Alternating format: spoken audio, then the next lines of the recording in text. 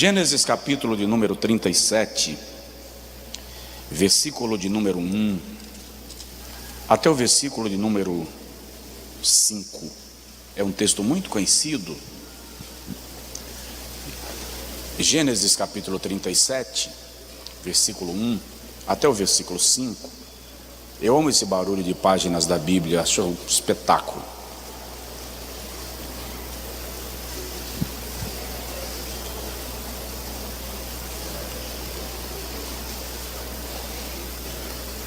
Todos encontraram? Podem dizer amém? Jacó habitava na terra das peregrinações de seu pai, na terra de Canaã. Estas são as gerações de Jacó.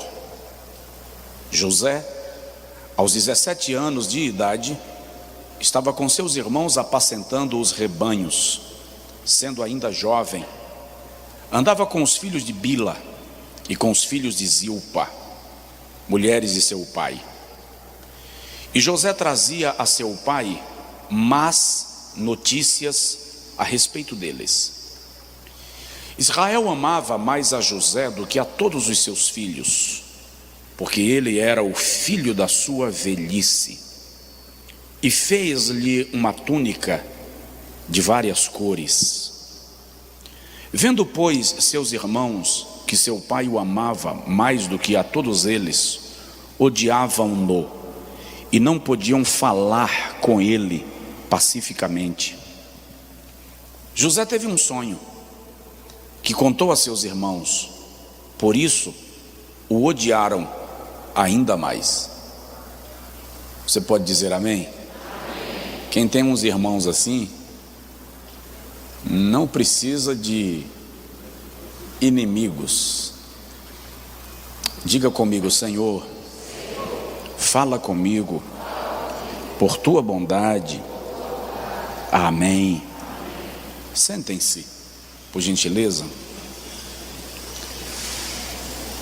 Amados, nós estamos falando sobre superando as crises da vida.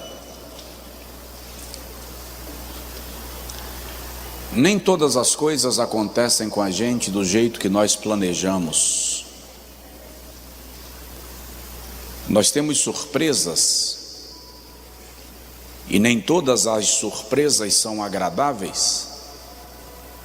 O que nós precisamos aprender é a lidar com as crises, superá-las e nos recuperar das suas sequelas, dos percalços que elas nos deixam.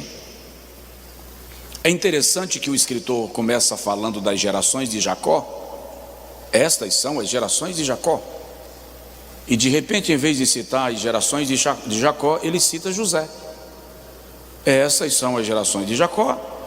José, aos 17 anos de idade, estava com os seus irmãos. Ele já começa, o escritor já começa tratando de uma problemática que havia na família de Jacó, o patriarca herdeiro da promessa de Abraão. José, aliás, é a prova clássica daquele texto de Paulo, quando Paulo diz, muito posteriormente, que todas as coisas contribuem para o bem daqueles que amam a Deus, daqueles que são chamados por seu decreto.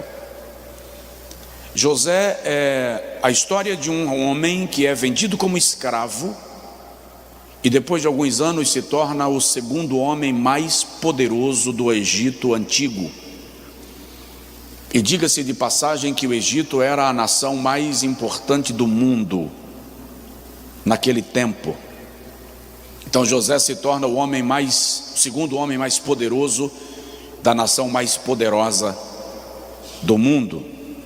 De escravo a primeiro-ministro, de escravo a governador, de escravo a chefe de estado. Porém, às vezes nós pregadores temos a necessidade de simplificar a vida dos personagens da Bíblia Sagrada. Eu já vi alguém dizer: José chegou no Egito com 17 anos e de repente era governador. Não é bem de repente, porque até chegar aos 17 ele está lidando com um bocado de ratazana dentro da própria casa. Os seus irmãos o odiavam. E aos 17, quando eles não se contentaram em apenas odiá-lo, planejaram a sua morte. E como eles foram aplacados pelo irmão mais velho, Rúben, a fim de que não o matassem, venderam-no como escravo. Então não é de repente, ele é treinado em toda a sua vida para chegar à posição que veio a ocupar depois dos 30 anos, aí por volta dos 33. Se você viver 33 anos de crises, instabilidade, perseguição, pressão, se dá para chamar isso de repente, que Deus me proteja desses de repentes nessas circunstâncias, tá? Mas vamos observar que apesar do ambiente hostil que José viveu, ele suplantou crises e revelou no final da sua história um coração carregado de capacidade de perdoar, um coração capaz de discernir os propósitos e os desígnios de Deus, e um coração cheio de esperança apesar da crise. Amém? A gente vai analisar que José era membro de uma família bem complicada. O pai de José, Jacó, teve 14 filhos, com 4 mulheres diferentes, 2 esposas, Leia e Raquel, e 2 servas que foram dadas a ele pelas próprias esposas para gerar filhos, numa disputa por produção, Zilpa e Bila. Raquel é a mulher amada por Jacó. Foi por ela que ele trabalhou e foi enganado pelo seu próprio sogro Labão.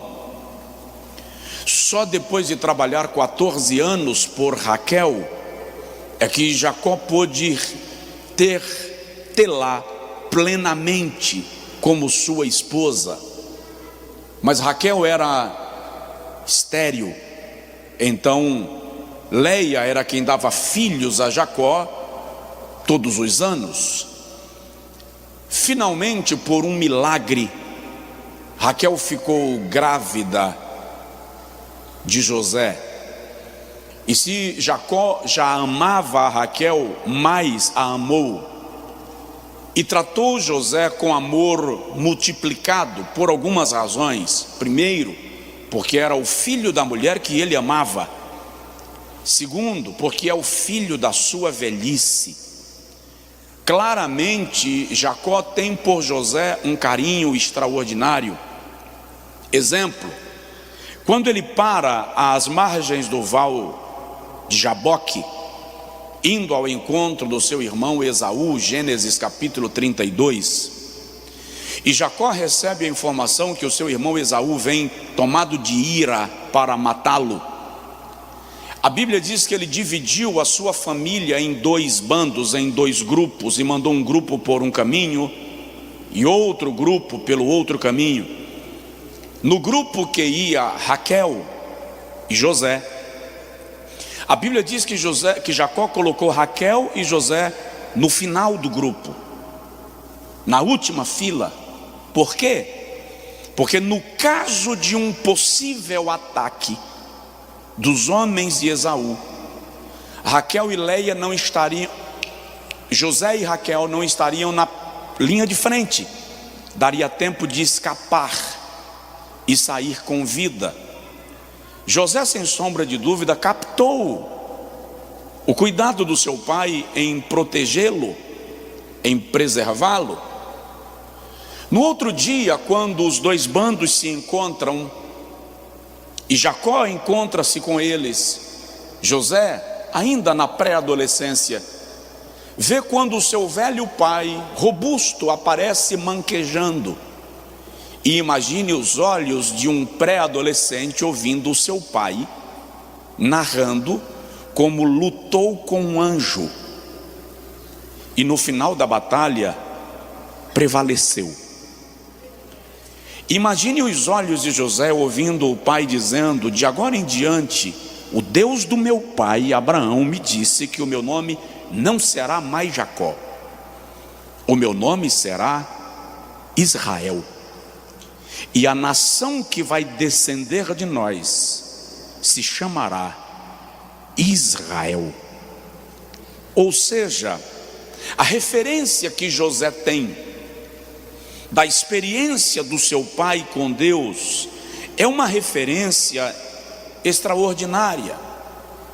É claro que em algum momento da vida José começa a passar por algumas tragédias pessoais que geram crises, mas nem assim estas crises lhe paralisaram. Ele chegou ao final da sua vida como uma referência de superação, de vida, de vitória, mas sobretudo de fidelidade a Deus, de santidade e de comunhão com o Senhor. Mas observe, o texto diz que ele andava com os filhos de Bila e de Zilpa, filhos das servas de Raquel e de Leia. E a Bíblia diz que ele trazia para o seu pai más notícias dos seus irmãos. Vamos observar alguns cenários de crise da vida de José dentro desta ambiência. Primeiro ponto de crise: ele está sendo educado, criado e formado numa família completamente desestruturada. Vou repetir: a família de Jacó era uma família desestruturada, era uma família extremamente bagunçada. Por quê? Gênesis 29, do versículo 18 a seguir, você vai observar que o amor de Jacó é de Raquel, e ele trabalha 7 anos para se casar com Raquel. E no dia do casamento, Jacó se casa e a noiva aparece com a cabeça coberta. Era uma tradição, a cultura oriental. E ele se casa. E não tinha luz para acender quando chegasse na tenda. Então Jacó chega na tenda e passa a sua noite de lua de mel, a sua noite de núpcias, pensando que todo o seu amor está sendo inclinado a Raquel. E quando amanhece o dia que ele abre a cortina da tenda, Raquel não está lá. Quem está é Leia ou Lia. Você consegue imaginar o tamanho da frustração de Jacó, da raiva, da revolta?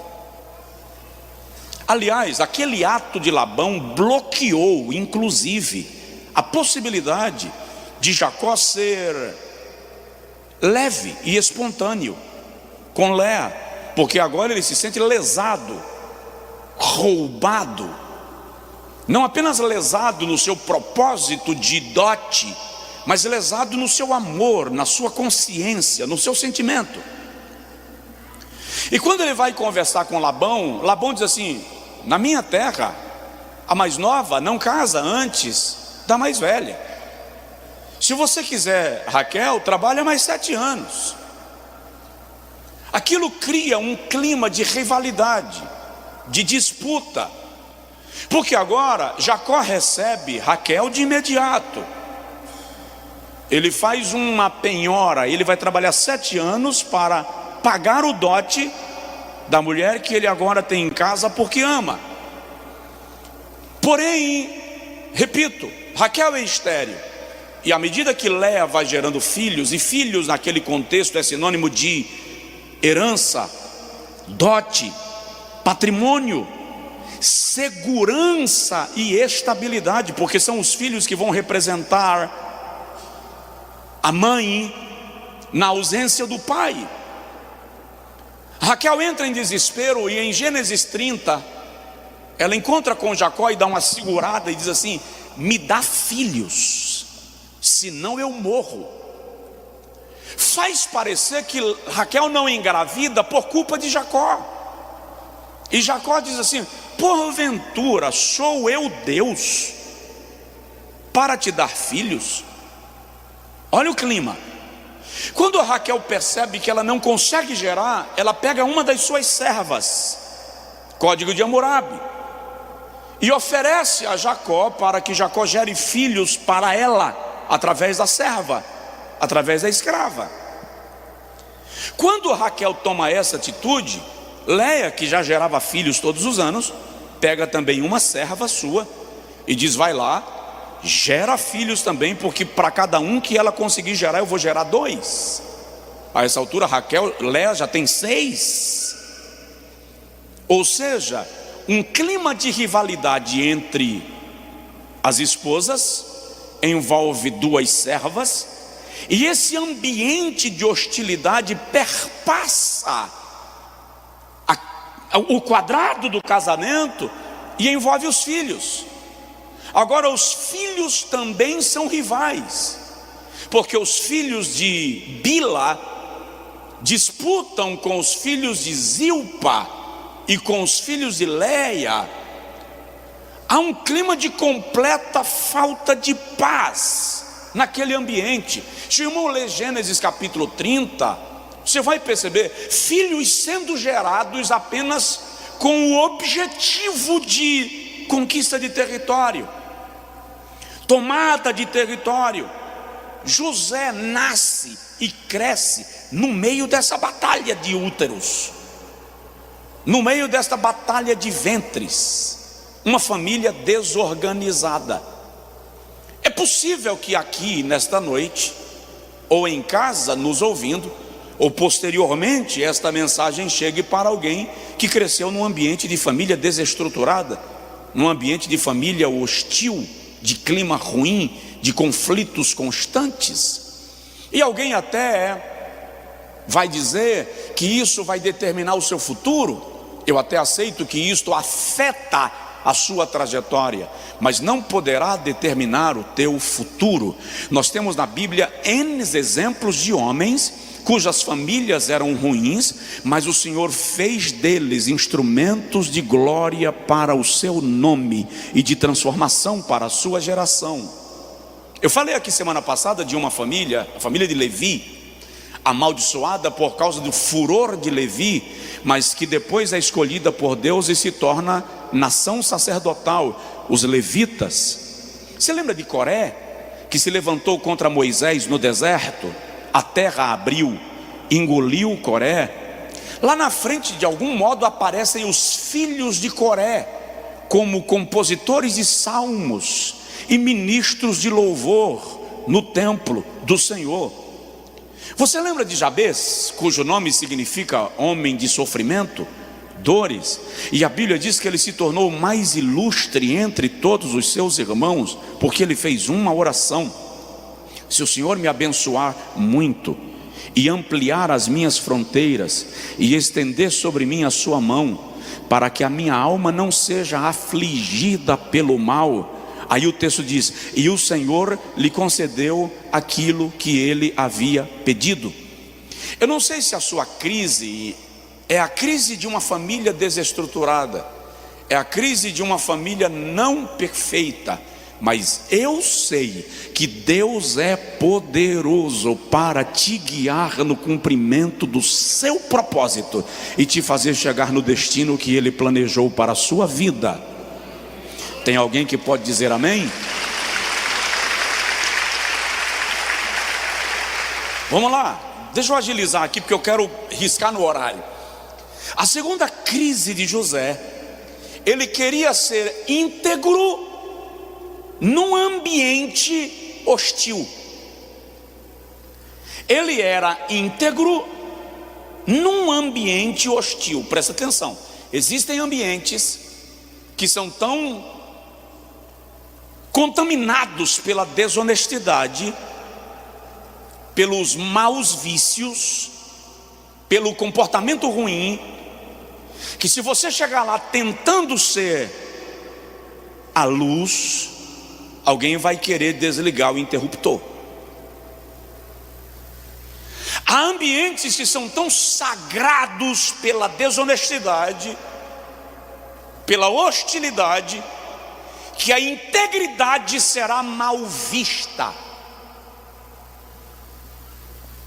A Bíblia diz em Gênesis capítulo 37, versículo 2, nós lemos agora, que José estava com os seus irmãos, e ele trazia para o seu pai as más notícias do comportamento dos seus irmãos. E está escrito que por conta disso os seus irmãos o odiavam. Jacó, obviamente, o pai, está no versículo 3, decidiu honrar a José e deu a ele uma túnica de várias cores. Presta atenção nisso, isso aqui é muito importante. Não se trata apenas de um sobretudo listrado, não se trata apenas de uma capa de risco de giz. Uma túnica de várias cores, os estudiosos mais sérios, deixa eu usar esse termo, dizem que se trata de um sobretudo que cobre as pernas e os braços, manga longa, mas que era uma espécie de passar o cajado, passar o bastão. Aquela túnica era um sinal de Jacó para os demais filhos de que José seria o seu sucessor no comando do clã. Entende por que os seus irmãos o odiavam? Jacó está sinalizando que quem vai liderar o clã familiar é José. Mesmo porque na suma, se você bater no liquidificador, embora Rubem é o primogênito do ponto de vista biológico, no coração de Jacó o primogênito é José. Porque José é o primeiro filho de Raquel, e Raquel é a mulher por quem ele trabalhou, porque era Raquel que ele amava. Então, se ele não tivesse sido roubado por Labão, o seu primeiro filho seria José. José é o primogênito. Então, legalmente, José é o herdeiro do comando da família. Aquela túnica sinalizava passagem de comando, e os irmãos de José começam a dizer: ele vai comandar sobre nós? Temos que tirar esse cara do nosso caminho. A integridade de José não lhe beneficiou aos olhos dos seus irmãos, e isto gera uma crise. Presta atenção, você já experimentou estar num ambiente onde você é odiado? Onde você não é bem-vindo? As pessoas te olhando de canto, cochichando ao teu respeito. Você já imaginou acordar sem saber qual é a armadilha que você vai ter que lidar hoje? Esse é o ambiente que José está. É preciso ter uma alma muito tranquila para não explodir com o vento quando assanha o cabelo, porque está com raiva dos irmãos. Era um ambiente de crise. A família é desestruturada, e ele, de caráter íntegro, é rejeitado justamente por aquilo que deveria ser visto como virtude. Aliás, presta atenção, nós estamos vivendo num mundo que as virtudes começarão a ser rejeitadas.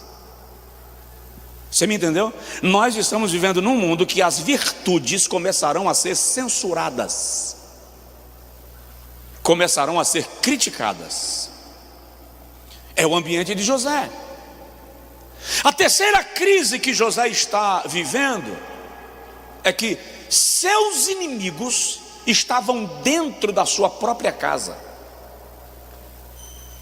O texto diz por duas vezes, no versículo de número 2, no versículo de número 4 e no versículo de número 5, que os seus irmãos o odiavam. E diz assim: não conseguiam falar com ele pacificamente, ou seja, não havia um diálogo tranquilo, era sempre áspero, carregado de farpadas, de ataques, de ameaças. Você já viveu a experiência em casa, no ambiente do trabalho, daquela pessoa que não vai com a tua cara, e todas as vezes que você a aborda da maneira, você já vai cheio de dedos, você desenha a frase que é para não ter dupla interpretação, passa manteiga nas palavras que é para chegar com leveza, e a pessoa responde com uma estaca. É isso, não lhe falavam pacificamente. E o versículo diz, versículo 5, que os seus irmãos o odiavam ainda mais. Ou seja, o ódio cresce. E para piorar, José ainda é muito jovem quando a sua mãe morre de parto. Gente, presta atenção. Quem protege os filhos numa ação braçal que exige força, normalmente é o pai. Mas quem protege os filhos da perspicácia, dos enredos da desonestidade, dos meandros das armadilhas, é a mãe. A mãe tem uma incrível habilidade de perceber uma ardilosidade, para dizer: epa, vem cá, recua, vai por aqui. A mulher que antecipava os atos dos irmãos de José morreu. Não há mais a antena ligada, o satélite apagou. Porque literalmente você pode olhar para a tua esposa, olhar para a tua mãe e dizer assim: é um satélite. A capacidade que a mulher tem, que Deus deu à mulher, de captar as coisas em ondas ainda não materializadas, é incrível. O mundo chama de intuição feminina, sexto sentido. A Bíblia chama de adjutora, auxiliadora. Como assim, pastor? A palavra adjutora é aquela que sustenta, estaca de sustentação, aquela que garante que a parede não cai. Auxiliadora significa aquela que percebe a chegada do inimigo. No texto original, auxiliadora ali é aquela que percebe a chegada do inimigo. Ainda não se materializou, ainda não se manifestou, mas ela já está conseguindo captar que alguma coisa está fora do lugar. As mulheres deviam dar um glória a Deus agora.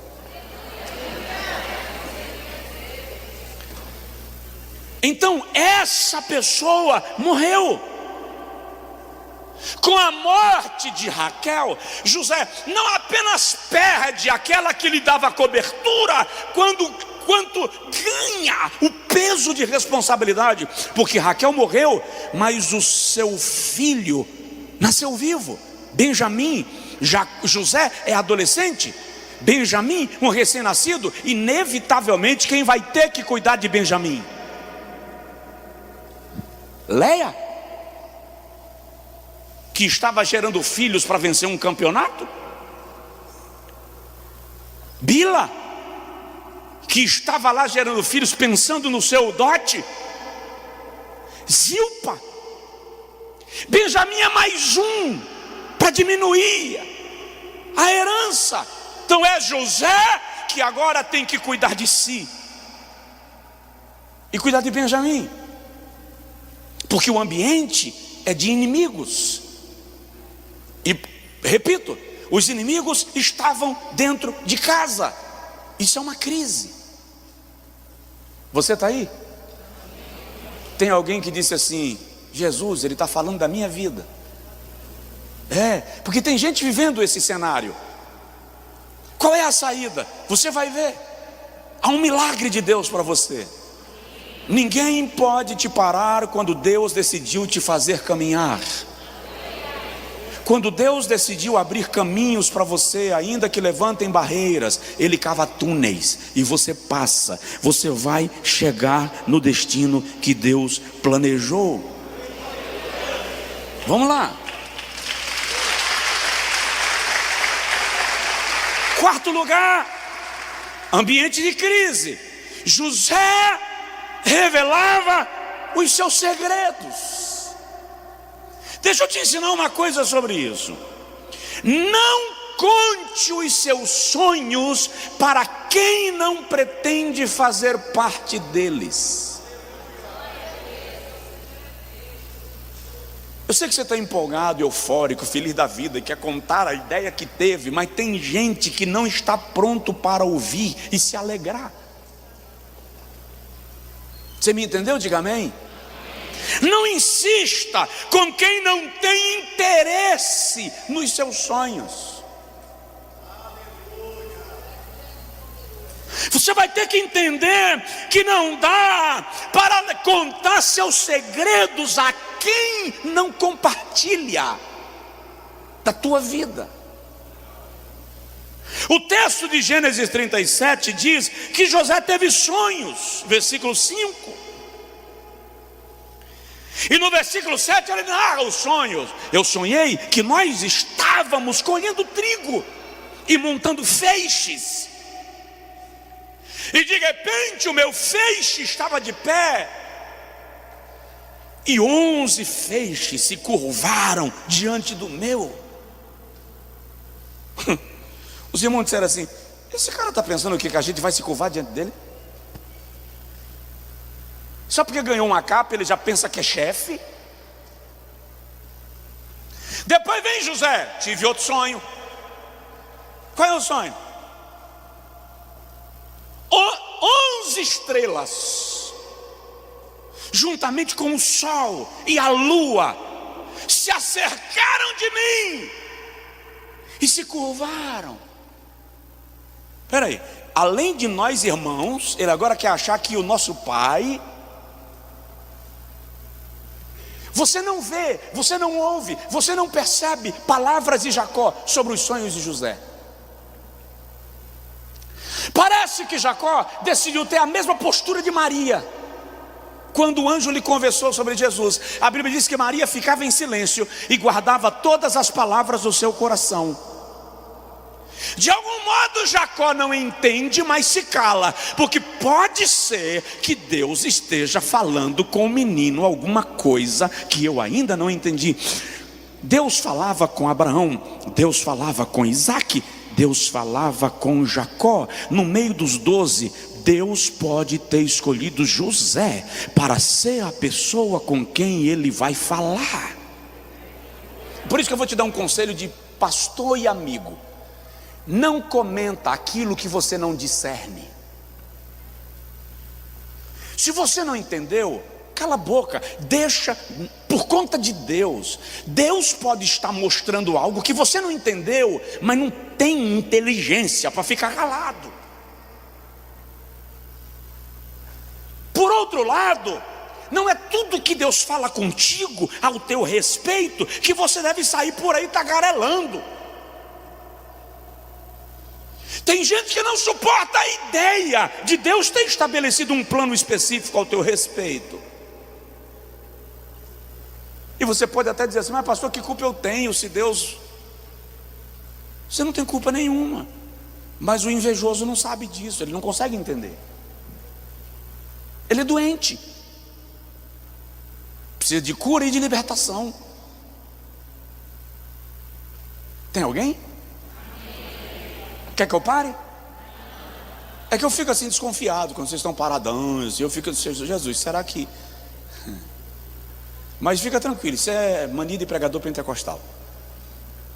Vamos lá. José era criado numa família desestruturada. Pastor Zé Luiz, não me faça comentar. Vamos lá. Criado numa família desestruturada. Só quem entende a piada que eu dei no pastor Zé Luiz agora é o pastor Osni, Jones, pastor Manassés, né? Porque a gente vive dando umas provocadas um no outro aqui no escritório. Vamos lá. Criado numa família desestruturada, muito cedo vive a tragédia da perda da sua mãe. Seus inimigos estão dentro da sua própria casa. Ele não pode contar os seus segredos. Vamos lá. Quinto lugar, José não tinha valor para os seus irmãos. qual é o preço pelo qual se vende um escravo? 30 moedas de prata. Sabe por quanto José foi vendido? 20 moedas de prata, abaixo do preço de um escravo. A ideia é: se livra de qualquer jeito. Resolve o problema do almoço, paga o lanche se livrando dele. Gênesis 37, versículo 27 e 28. Você consegue analisar um rapaz de 17 anos jogado num poço pelos seus irmãos? Do fundo do poço ele ouve os irmãos conversando lá em cima: como é que nós vamos matar ele? Um diz assim: tem que ser de porrada. O outro diz assim: não, joga para as hienas, joga para os leões. Como é que fica a estrutura mental desse rapaz? Senhores psicólogos, quais as vozes que esse rapaz ouve à noite a partir daí? De repente alguém chega e diz assim: mata não, não vamos carregar na mão o sangue do nosso irmão. Então, e aí, faz o quê? Aparece uma caravana de ismaelitas. O incrível é que Deus sempre providencia a carona para te tirar das mãos dos teus inimigos, porque é melhor estar na mão de estranhos do que na mão de inimigos conhecidos. Aleluia!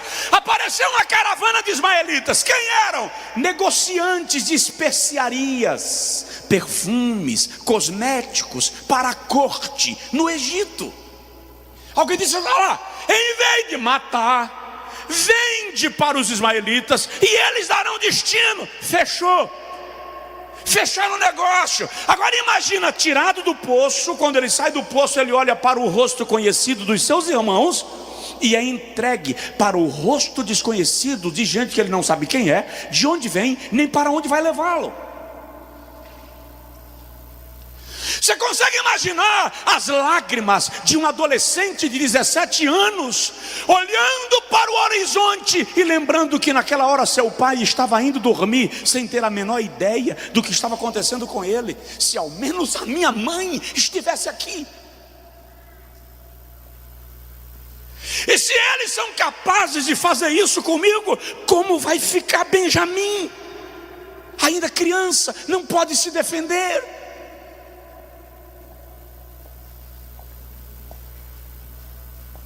Imagina quando ele chega no Egito e os ismaelitas lhe mandam para o mercado de escravos, para ser negociado lá, no mercado de escravos. E de repente alguém compra e vai ser levado para onde? Qual é meu futuro? Qual é meu destino? O que será de mim? Mas preste atenção, a viagem da derrota pode ser o caminho da vitória. Às vezes as nossas vitórias vêm com cara de derrota. Às vezes parece o fim e é apenas o começo. Muitas vezes o caminho da derrota é apenas a viagem do sucesso. Ele é comprado por um homem que é comandante das forças armadas do Egito, Potifar. Mas agora a saudade do pai, saudade dos irmãos nesse caso, sente? Sente porque você tem vínculo, e para todos os efeitos você tem um sentimento que eles deveriam te proteger e te venderam. Você não manda no coração no tocante a esses vínculos e dependências emocionais. É uma crise, é um ambiente ruim. Sexto lugar, estou terminando. Ele é levado para um país estranho. Presta atenção. Ir para um país estranho é diferente de ser levado contra a sua própria vontade. Porque eu posso decidir hoje, dar na teia, quer saber? Fui, vamos embora. Pego meu passaporte, passo na Polícia Federal, comunico que estou saindo do Brasil e vou morar na Rússia. Por que eu falei na Rússia? Porque a Rússia é um país que eu gostaria de morar. Não, vou morar na Noruega. Mas eu decidi ir. Se quando eu chegar lá eu não aguentar o frio de 40 graus abaixo de zero, eu digo assim, não vou ficar aqui, vamos embora. É diferente. José está sendo levado como escravo, vendido pelos seus irmãos. O conflito na mente desse rapaz é de enlouquecer qualquer um. Mas eu preciso que você compreenda que até na tua crise Deus está traçando caminhos de vitória. Até na tua crise Deus está traçando caminhos de vitória. Olha para mim, podem até vender você, mas não podem vender as promessas que Deus te fez. E onde você chegar, Ele vai criar mecanismos para que esta promessa se cumpra. De escravo, ele se torna gerente de todos os negócios de Potifar. Por quê? Porque Potifar percebe que tudo que José toca, prospera. Tudo que José coloca a mão, cresce. A túnica que o tornava gestor, que o tornava gerente, não veio para ele à toa. Na verdade ele tinha uma... Não dá tempo eu falar disso, mas você pode até depois ver uma mensagem que eu ministrei aqui sobre os patriarcas. Quando eu falo de José, ele tem uma habilidade técnica de gerenciar. Ele é um incrível administrador. Não é por acaso que Faraó lhe coloca como gestor do Egito. Mas ele está numa crise. E até aqui, nessas horas, o sonho dos feixes não fazem sentido. Fazem. Nessas horas, o sonho das estrelas encurvando foi apenas ilusão, barriga cheia. Quando tudo está bem, pelo menos agora eu sou escravo, mas um escravo gestor. Vem uma nova crise. A mulher do patrão, não é bem patrão o termo é senhor, porque José não era empregado, José era escravo em função de comando. Mas a mulher de Potifar se apaixona por José. E ela arma um cenário.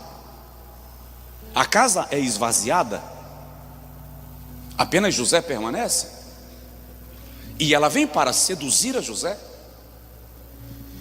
E de algum modo ela conseguiu ter a capa de José na mão. E de algum modo ela conseguiu se apossar da sua vestimenta. Porque quando ele decide não avançar o sinal e foge, ela segura a capa. E a capa é o instrumento da acusação. Esse teu servo hebreu, que tu trouxestes para a nossa casa e colocaste como gerente, tentou me forçar dentro de casa. Olha aqui a capa. Não tem explicação humana para Potifar não ter executado José, porque ele poderia tê-lo executado imediatamente. De algum modo Potifar tem amor por José, tem respeito por José, e em vez de executá-lo, o envia para a prisão, condenado à prisão por conta de uma calúnia. Nasci para dar errado. Minha mãe morreu, tenho que cuidar do meu irmão. Meus irmãos me odeiam, querem me matar. Não me mataram, é verdade, mas me venderam para uma terra estranha.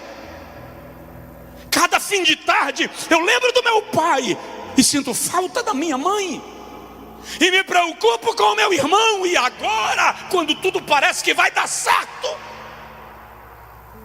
eu venho para a cadeia por um crime que eu não cometi. E olha bem para mim, quando você vive isso, você tem que se libertar da necessidade de provar para quem te acusou que você não cometeu. Porque essa necessidade de provar tira a tua visão do que Deus quer fazer. Está na prisão. Na prisão ele se torna servo do carcereiro. Ele resolve, quer saber, estou preso, estou acabado mesmo, vou cuidar de presos. A história diz que naquele período houve uma peste no Egito que matou metade da população do Egito. E o historiador diz que as habilidades de José eram tão incríveis que ele começou a ocupar-se da função médica, e ele cuidava dos presos que estavam infectados pela peste. E como ele não foi infectado, pela mesma razão que Potifar não o matou. Qual a razão? A mesma razão que os seus irmãos não lhe mataram. Qual a razão? A mão de Deus estava sobre ele, dizendo: quando passares pelo fogo, ele não te queimará. Quando entrares pelas águas, elas não te submergirão. Quando passares pelas chamas, nenhuma chama arderá em ti. Por quê? Porque eu chamei-te pelo teu nome, te remi, e tu és meu.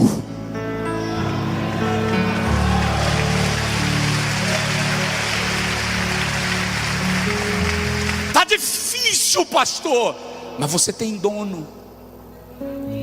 Pastor, eu não estou aguentando mais. Mas a mão de Deus está sobre você.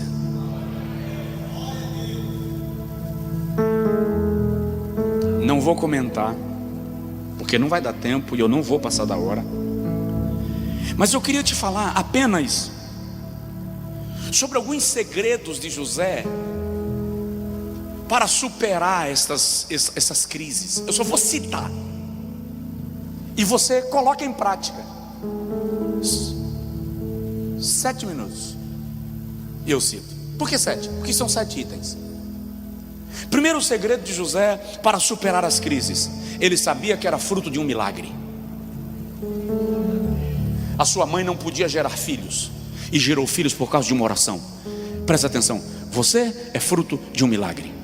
O cantor diz assim: conta quantas bênçãos são recebidas da divina mão, uma a uma. Dá uma olhadinha para trás e veja quantos milagres Deus já fez na sua vida, e a partir daí diga: Deus vai fazer mais um, Ele não vai me deixar. Segundo segredo de José para atravessar a crise: a mão do livramento do Senhor era com ele. Diga comigo: a mão de Deus está sobre mim. Repete o que você falou com tanto medo que eu quero repetir: a mão do Senhor está sobre mim. Se apropria desta confiança. Terceiro segredo de José: a bênção do Senhor era com ele.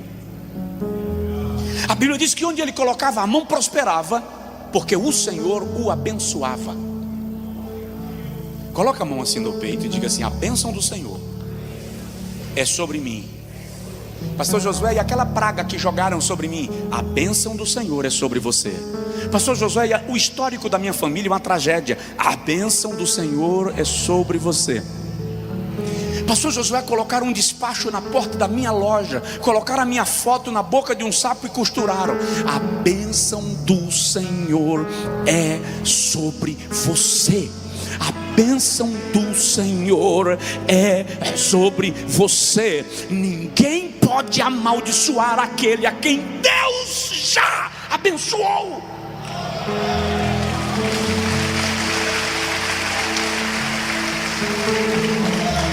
Quarto segredo de José: ele era temente. Ele tinha temor de Deus. Onde ele estava, ele não se esqueceu do Senhor. Quinto, a graça de Deus estava sobre ele.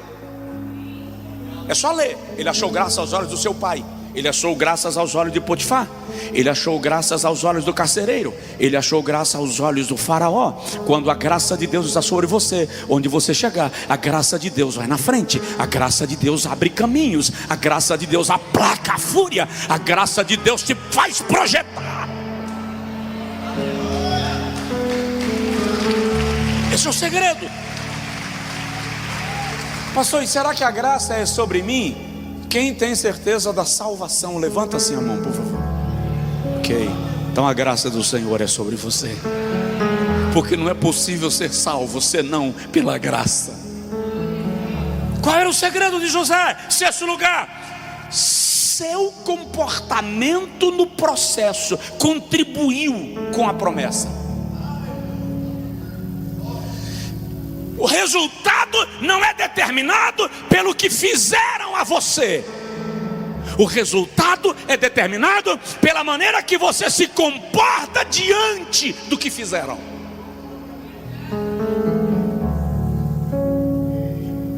Nunca depende dos outros. Só depende da promessa de Deus e da tua postura diante dela.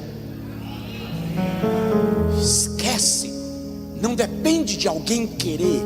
Se dependesse disso, Davi não teria sido rei, Saul lhe teria matado. Se dependesse disso, Moisés não teria levado o povo a Canaã, às margens de Canaã.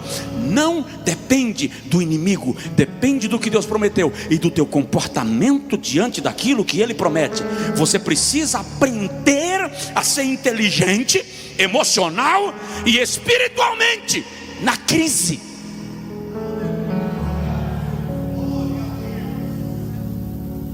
Esse é o problema, que muita gente, mas a promessa, pastor, a promessa de Deus está te conduzindo por um processo que você precisa reagir de maneira sábia no processo.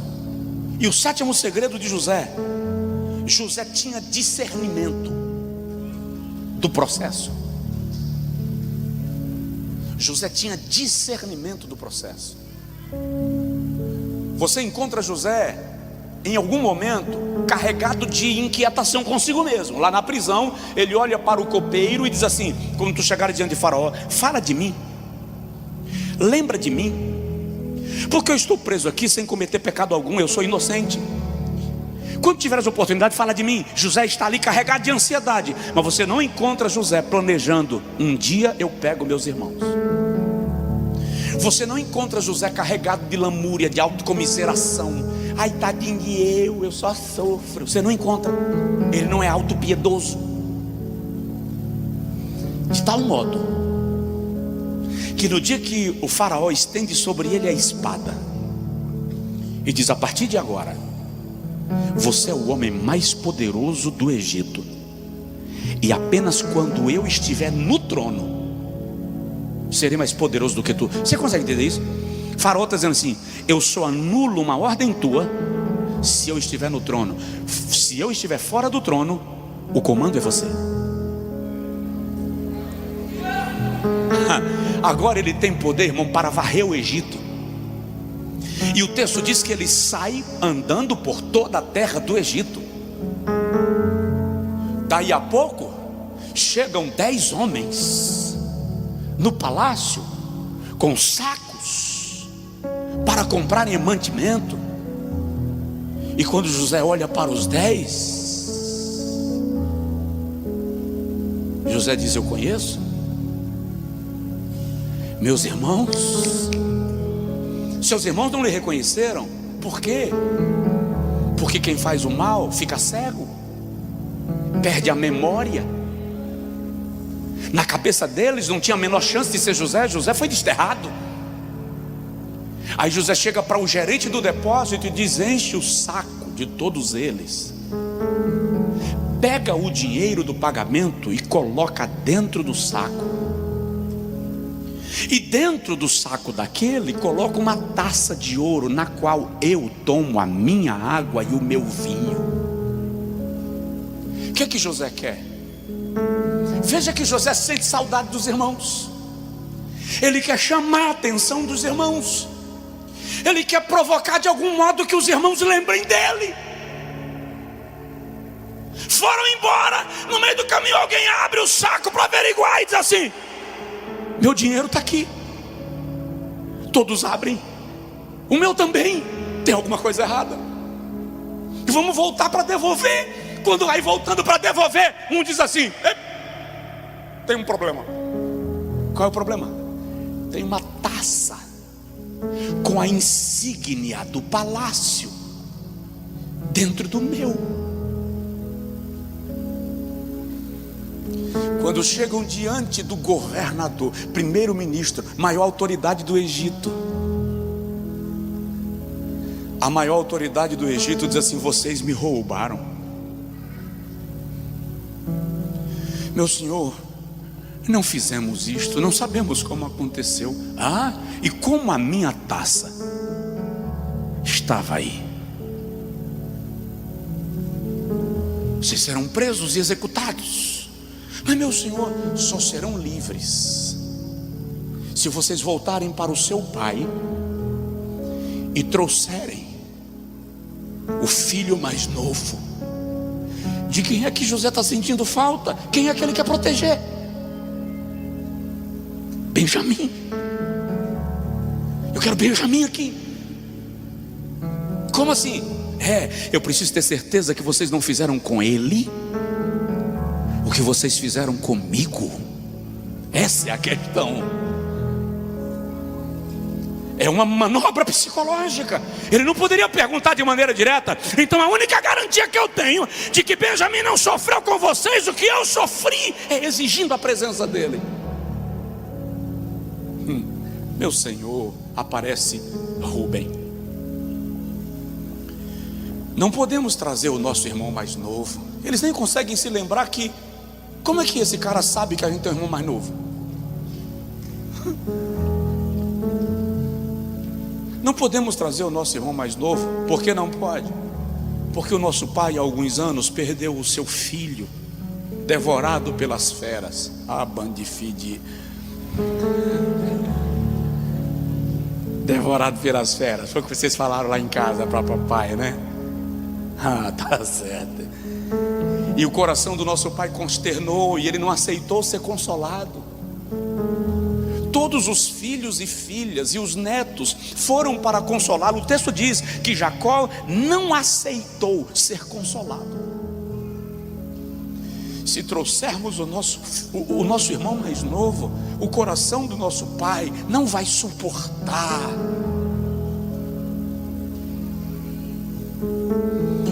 José diz: eu quero o irmão mais novo aqui, e um vai ficar como garantia. Voltam 9. Quando chega lá diante do velho Jacó,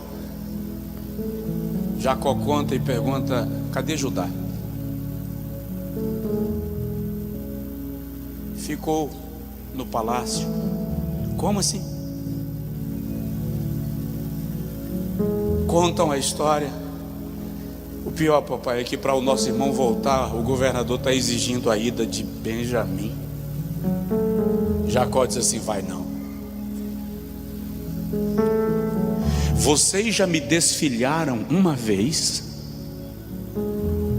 e querem me desfilhar a segunda vez? Rubem chega e diz assim: papai, libera Benjamim e eu te dou meus 2 filhos como garantia. Jacó dá o sermão da observação e eles partem de volta. Quando chegam lá com Benjamim, a Bíblia diz que José pediu licença, foi para uma sala reservada e toda a sua emoção guardada em 15 anos explodiu. E está escrito que o seu choro foi ouvido em todo o palácio.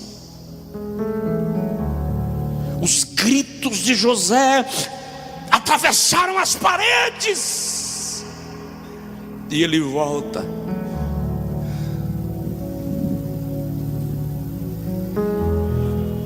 eu sou José,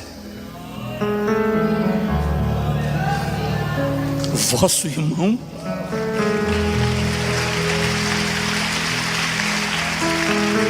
Vocês me venderam, mas Deus planejou algo maior. Agora eles estão atemorizados, e José diz: não tenham medo. Olha o coração desse camarada. Porque vocês intentaram o mal contra mim, mas Deus tornou em bem. Na verdade, Ele me mandou na frente para preparar o caminho. Vai, busquem meu pai, busquem vossas famílias, porque eu tenho terra para vocês viverem folgadamente. O Deus de José não morreu. O Deus de José é o Deus a quem você adora, é o Deus a quem você serve. Fica de pé, por favor, tem que terminar. Sabe por que José, eu tenho que dizer isso, sabe por que José diz assim, lá no final da vida: quando eu morrer e eu for sepultado aqui no Egito, e o Deus dos nossos pais nos visitar e tirar o nosso povo daqui, levem os meus ossos. Por que José diz isso? O que tem a ver levar os ossos para Canaã? Nada a ver, tudo a ver. José está dizendo: o Deus que me fez a promessa não está limitado ao meu corpo.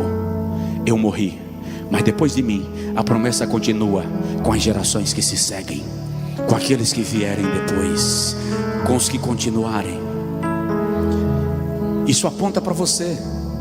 A promessa não morreu, a promessa continua para aqueles que continuam servindo ao Senhor, que marcham. Você vai sair da crise, você vai atravessar essa nuvem, você vai atravessar essa lama, você vai atravessar esse vale, você vai sair dessa escuridão, você vai sair do túnel.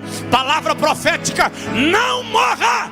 Deus não planejou sua morte na crise. Ele está te chamando para atravessar, porque Ele vai surpreender quem te vendeu.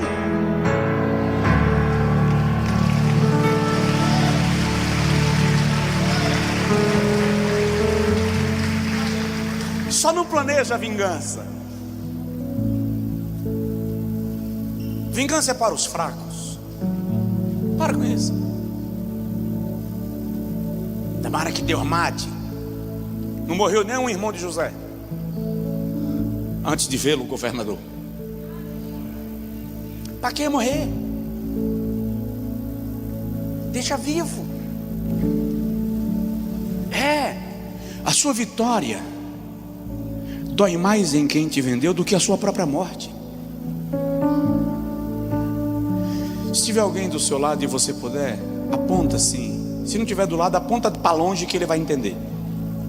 Diz assim: Deus vai mudar o teu nível.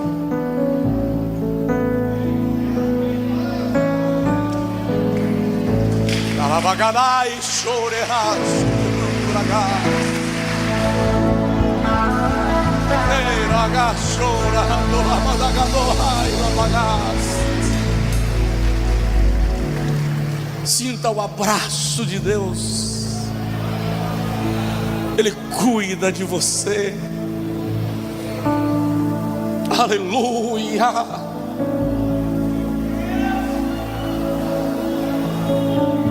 Você não está no mar sozinho.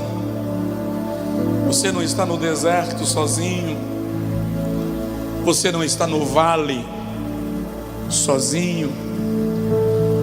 Por isso que Davi diz: ainda que eu ande pelo vale de sombra e de morte, não temerei mal algum, porque tu estás comigo. Pai, aplica a tua palavra no coração dos teus filhos, os que estão aqui no templo, os que estão em casa acompanhando e adorando ao Senhor conosco.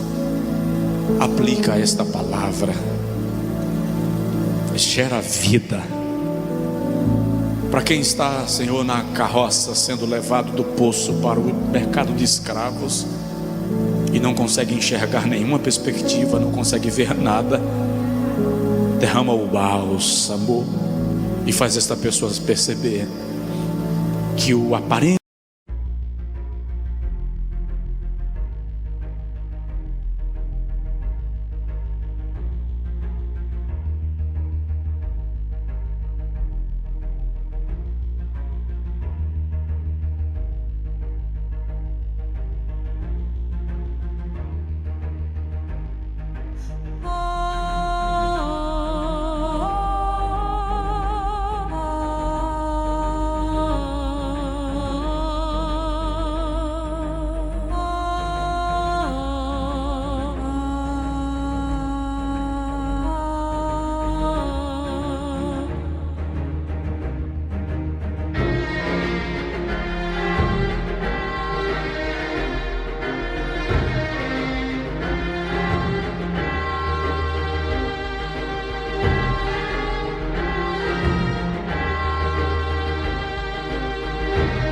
de caminho de derrota é a estrada da vitória.